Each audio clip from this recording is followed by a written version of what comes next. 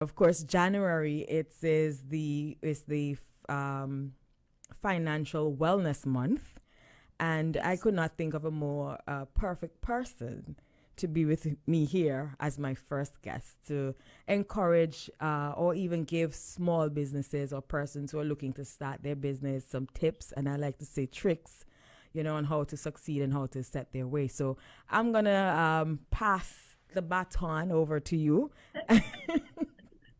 Not a problem. All right. So thank you again for having me, and good morning to your viewers and listeners. As Shamik said, January is Financial Wellness Month. And we always think that January is the longest month because, of course, you spend a lot in December and then you have a long time to wait before you get paid. So January is considered the longest month, but I see January as the month of new beginnings. It's the beginning of a new year.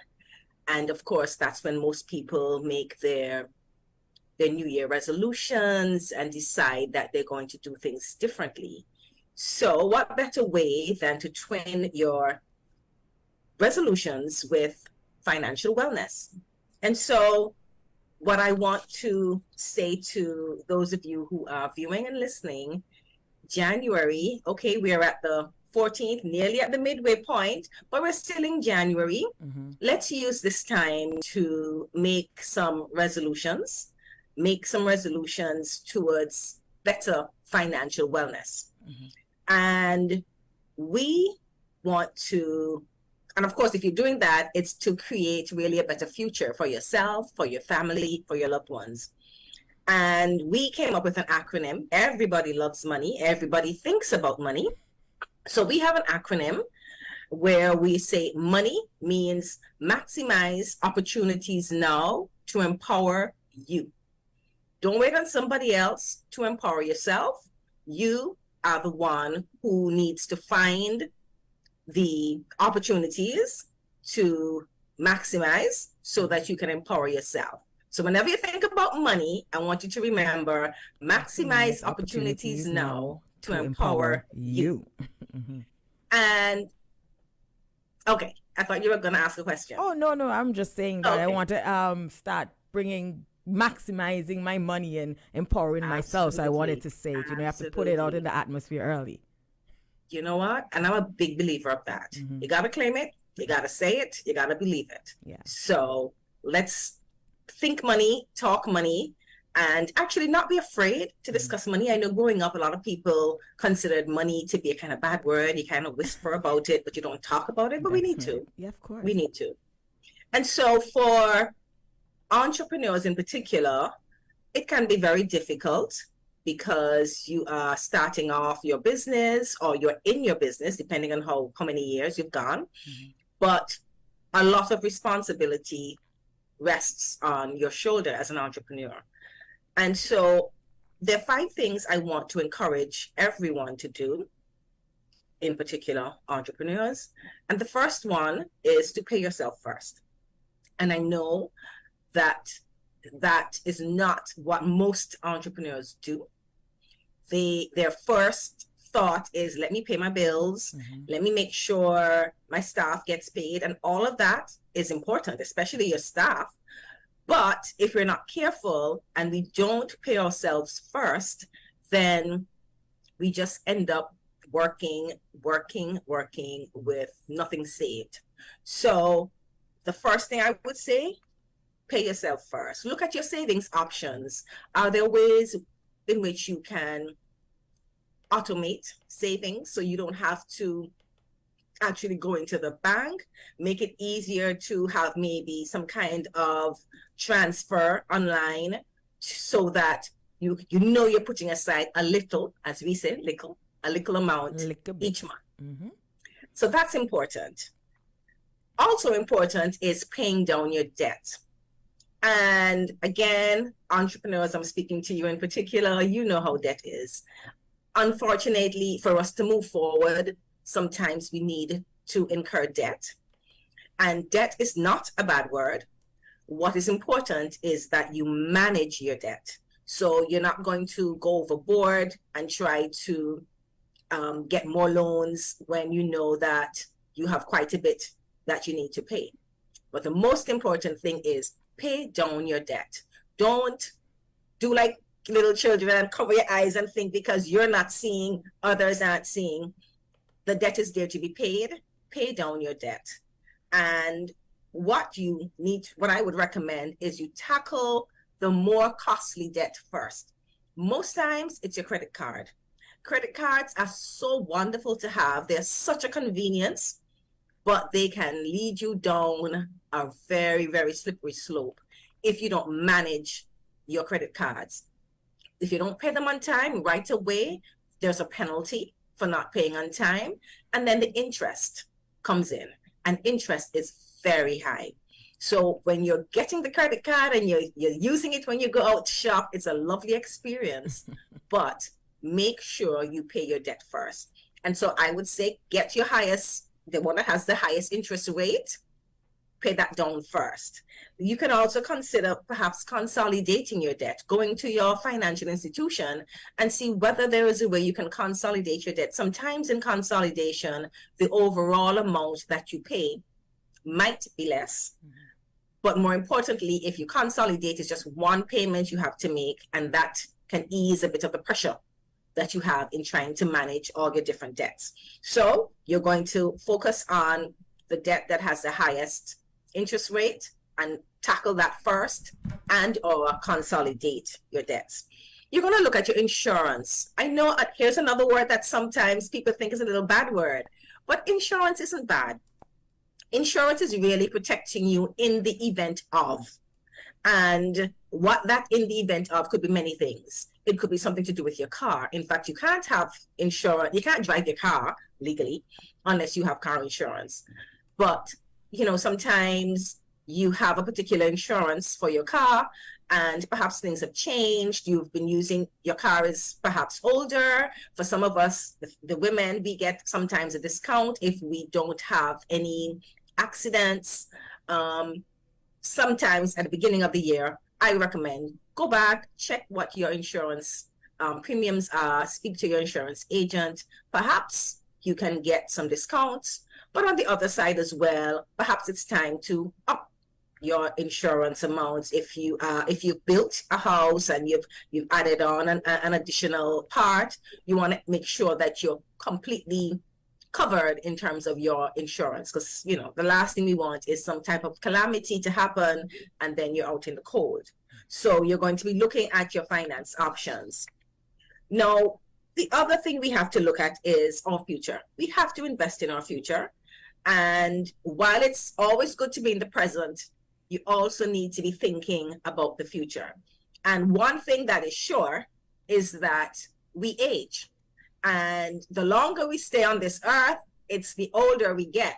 Some of us think we're young, but let's check our birth papers. A few of us might be getting close to retirement. And may not be as bad a word as debt and insurance, but that's another word people don't like to speak about, but it's important. So as you are as you're earning now, remember to save for your future.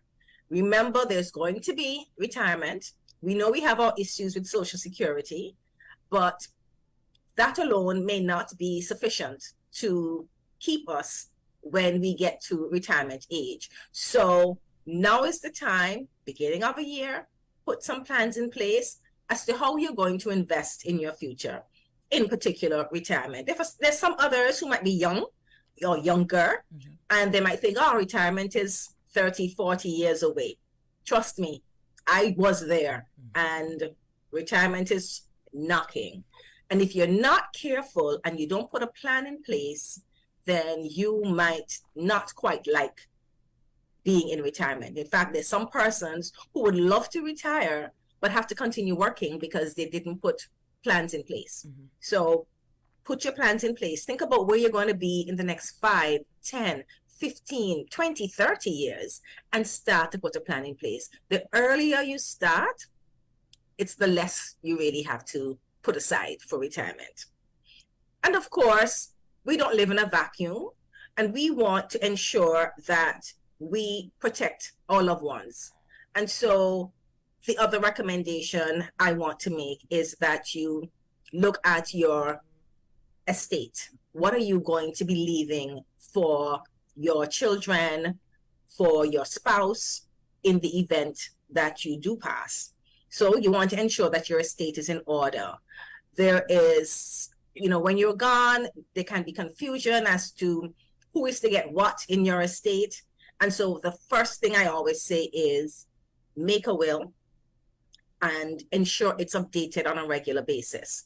A will is a legal document where you will determine who gets what, how you want your estate to be administered, and you make sure that you look at that on a regular basis. That's another one that people don't like to talk about. They think talking about a will is so dreary. Mm-hmm. It's as if you're saying, oh, I'm going to die. It's not that. It's just being practical. It's being realistic. Mm-hmm. And so consider making a will and ensure that your estate is intact. So the 5 things I spoke about, you're going to pay yourself first. You're going to focus on paying down that debt. You're going to look at your insurance options, making sure you're properly covered. You're not paying too much. You're not paying too little.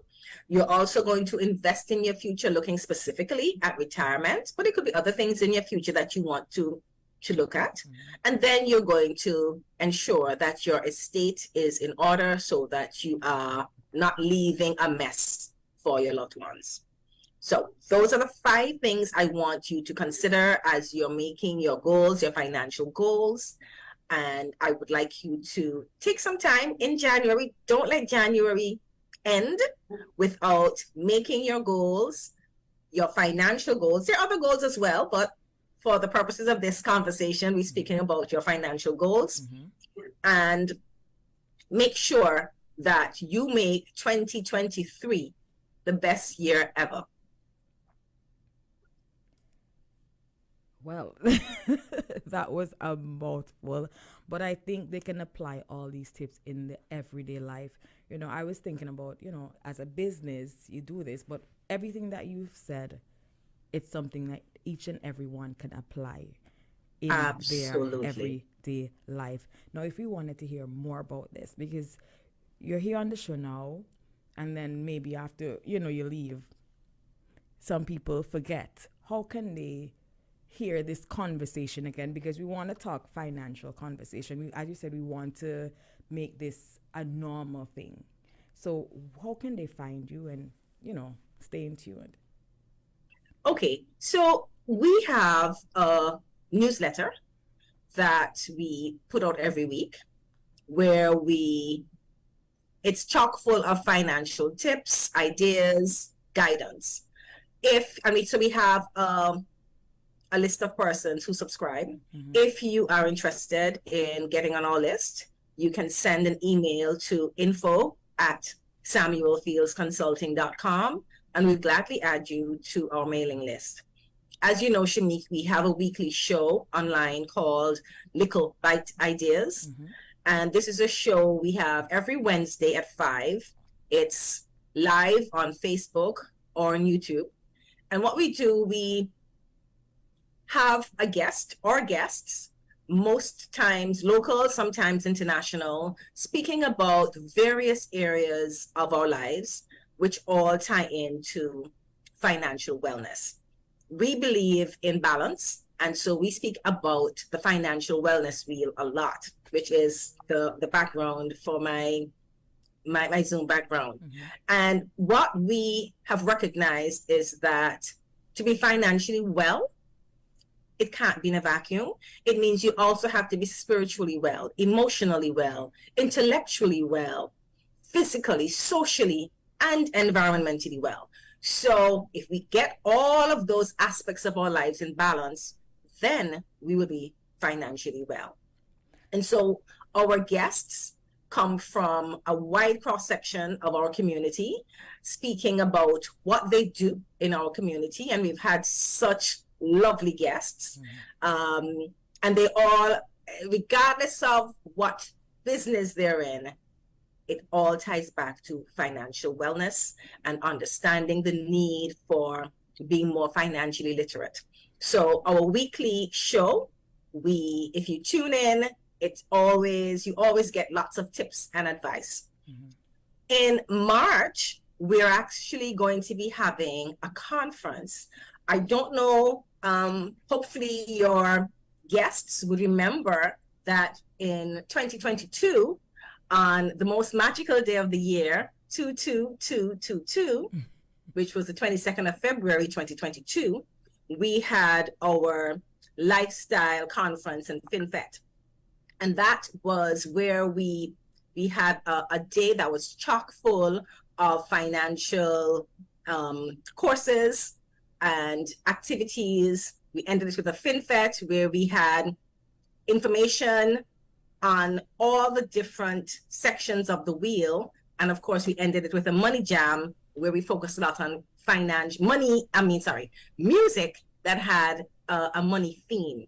It was really lots of fun. The persons who attended really, really enjoyed it. And so we are going to have in March another magical day, not as magical as 22222, but close enough, 2323. So the 2nd of March 2023, we are going to be having our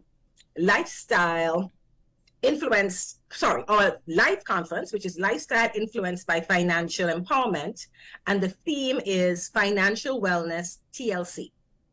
We want persons to be financially well. So, you need a little TLC. But for us, the TLC is talk. We need to talk. We need to have financial conversations. Mm-hmm. No more we're going to be hiding the fact that we don't want to talk about money because it's religious, mm-hmm. We say, well, money is the root of all evil. So you're not going to talk about it. Mm-hmm. We're going to have the conversations so that we can stay on track.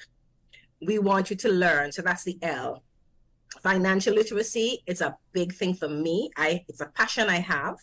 And we need to ensure that we understand the various financial terms and what does that mean practically? Because it's not enough just to say, I know what interest means. How can you apply that if you go into a bank and they're telling you you can get a loan, you can pay it back in 10 years at an interest rate of 10% versus perhaps another one that has a longer payment period but a lower interest rate. Mm-hmm. Sometimes people don't quite understand the difference. And so at this conference, we're going to be speaking a lot about various aspects of financial literacy so that you can learn. Can you explain that a little bit more for us?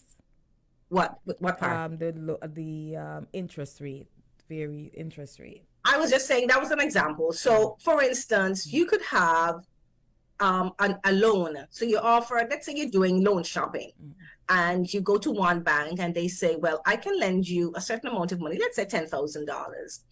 Our interest rate is 10%, but you have to pay it back in 10 years. And then another bank is saying, yeah, I can lend you $10,000. My interest rate is going to be 15%, but you can pay it back in a shorter period of time.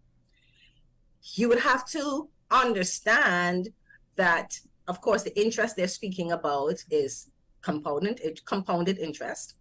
And over a period of time, your loan is being amortized, and you would have to at least get them to explain to you, perhaps ask them to show you the schedule to show you how much are you going to be paying monthly and for how long. And then you would have to make the determination, is it worth it? Can I afford to maybe pay a little bit more? And so by paying more, I pay off the loan in a shorter time. And then perhaps the total interest that you pay might be less. Mm-hmm. So that was just an example where you would have to understand interest rates, understand loans where the amount that you're paying back includes principal and interest. And most times at the beginning of your loan, what you're paying most of is the interest portion. So it's a lot of things that we need to ensure that all people learn, and not just learn from a theoretical point of view, but from a practical point of view, so that you can apply it into your lives. And then the C is commit. So here it is. You know how to, you understand certain financial literacy terms. You understand how they work. You now need to commit to actually putting these things in place, seize the opportunities, and make your lifestyle changes. We focus a lot on lifestyle and mindset changes. We think it starts with your mind. Mm-hmm. And if you can change your mindset about money, then your lifestyle will change. So let's say you're young, every party you want to be there, and that's your mindset. But if you can change that mindset and you say, you know what, I am young, but I want to start saving. And so you change your mindset about wanting to save, then the lifestyle will follow. Mm-hmm. Because you realize, okay, if I'm really serious now about saving, then perhaps I can't go to all the fets that they're having. I need to change my lifestyle. So we believe that the two go hand in hand, starting with your mindset, and then you would have your lifestyle changes. So save the date, 2nd of March, 2023, 2323. We are going to have our virtual life conference. The theme for this conference is Financial Wellness TLC.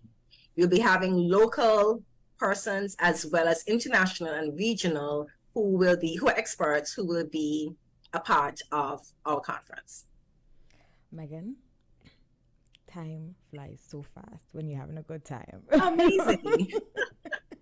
And I can get carried away because you're passionate about exactly what you're putting forward, and so am I, and I can sit and listen to you all day. But I want to thank you so much for coming. Thank you for being the first guest of the year. So this is a special day as well. The first hour of the year here on Marketplace. Give them that information again so that they can get on to the conference again.